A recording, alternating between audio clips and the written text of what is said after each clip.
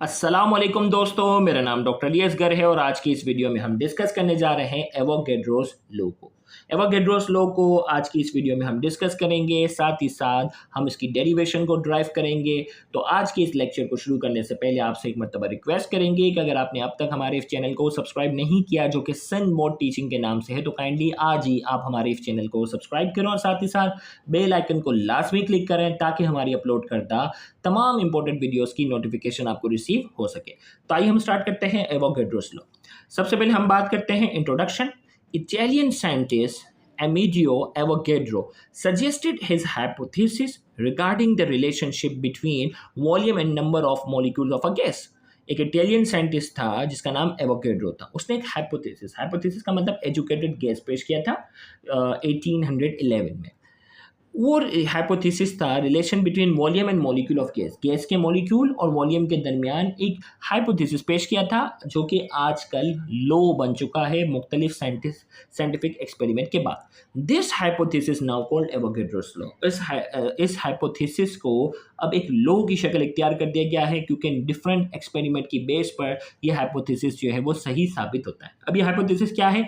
The volume of a gas is directly proportional to the number of mole of that gas at constant temperature and pressure. हमें कहा जा रहा है temperature और pressure same रखो, तो किसी भी गैस का जो वॉल्यूम होता है वो डायरेक्टली प्रोपोर्शनल किसके होता है? नंबर ऑफ मोल के। जितने ज़्यादा नंबर ऑफ मोल होंगे उतना ज़्यादा क्या होगा? उसका वॉल्यूम होगा। Mathematically Avogadro's law can be defined as, mathematically Avogadro's law को हम कैसे डिफाइन कर सकते हैं? वॉल्यूम डायरेक्टली प्रोपोर्शनल है नंबर ऑफ मोल के। प्रोपोर्शनलिटी हटा देते हैं, इक्वल टू की साइन और के आ जाता है। एन यहाँ मल्टीप्लाई हो, वहाँ जाकर क्या होगा? डिवाइड। तो वी अपॉन एन किसके बराबर है? के। वेयर के इज अ कांस्टेंट, के किसको शो कर रहा है? कांस्टेंट को शो करता है। अब अल्टरनेट स्टेटमेंट की अगर हम बात करते हैं इसी बेस पर, तो ये क्या बन जाएगा? The ratio between volume of gas and it's number of mole is always constant. Volume of a gas और नंबर ऑफ मोल के दरमियान का जो रेशो होगा वो कांस्टेंट के बराबर होगा, provided that temperature and pressure remain same. Pressure और टेम्परेचर सेम रखेंगे तो वॉल्यूम और नंबर ऑफ मोल का जो रेशो होता है वो हमेशा कांस्टेंट के बराबर होगा। अब इसी बेस पर हम इसकी इक्वेशन ड्राइव करते हैं। Derivation. Let V1 and N1 are the initial volume and initial number of mole. Then according to Avogadro's law, V1 जो है वो इनिशियल गैस के वॉल्यूम को शो कर रहा है, इनिशियल नंबर ऑफ मोल को N1 से शो कर रहे हैं, लिहाजा एवोगैड्रोस लॉ के मुताबिक V1 अपॉन N1 किसके बराबर है? K, कांस्टेंट के। At constant temperature and pressure, when the number of mole changes from N1 to N2, volume also changes from V1 to V2।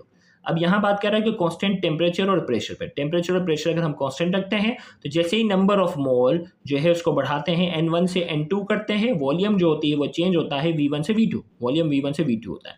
Then according to Avogadro's law के मुताबिक V2 upon N2 बराबर किसके? K के। यहाँ तक हो गया। अब दोनों को कंपेयर कर लो, कंपेयरिंग इक्वेशन 1 एंड 2। इक्वेशन 1 और इक्वेशन 2 को कंपेयर कर रहे हैं तो V1 अपॉन N1 बराबर है V2 upon N2। This equation is known as Avogadro's equation, इसे एवोगैड्रोस इक्वेशन कहते हैं। अब एवोगैड्रोस लॉ की एक एग्जांपल जो है वो हमारे बुक में लिखी हुई है।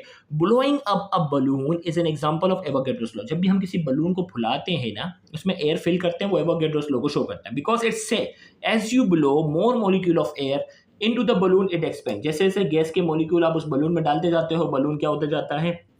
एक्सपेंड होता जाता है। फिर इसी तरीके से एवोगैड्रोस लॉ से रिलेटेड एवोगैड्रोस नंबर को भी यहाँ समझना जरूरी है। A mole of any substance is that mass of substance that contain specific number of molecules called Avogadro's number।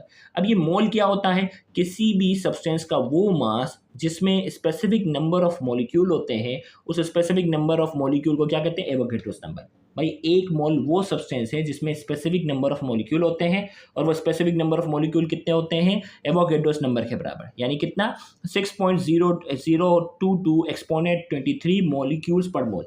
यानी एक मोल किसी भी सब्सटेंस को हम एक मोल तब कहेंगे जब इसमें मॉलिक्यूल्स की तादाद कितनी होगी? 6.022 एक्सपोनेंट 23 मॉलिक्यूल्स की तादाद होगी, या एटम की या आयंस की उसकी तादाद होगी, तो उसे हम कहते हैं एक मोल, 1 मोल कहते हैं। और ये नंबर जो है वो 6.022 एक्सपोनेंट 23 मॉलिक्यूल, ये एवोगैड्रोस नंबर कहलाता है। अब मोल का हमारे पास जो दो फॉर्मूले आगे न्यूमेरिकल में हेल्पफुल होगा। मास को जब हम मॉलिक्यूलर मास से डिवाइड करते हैं तो मोल आ जाता है। इसी तरीके से नंबर ऑफ पार्टिकल्स आपको दिए जाए उसे एवोगैड्रोस नंबर से हम डिवाइड करते हैं, तब भी नंबर ऑफ मोल आ जाते हैं। तो यहाँ जाकर एवोगैड्रोस लॉ से रिलेटेड टॉपिक जो है वो मुकम्मल हुआ। इंशाल्लाह next lecture general gas law पे होगा, तो उसको भी देखना मत भूलिएगा। Thank you very much. अल्लाह हाफिज़।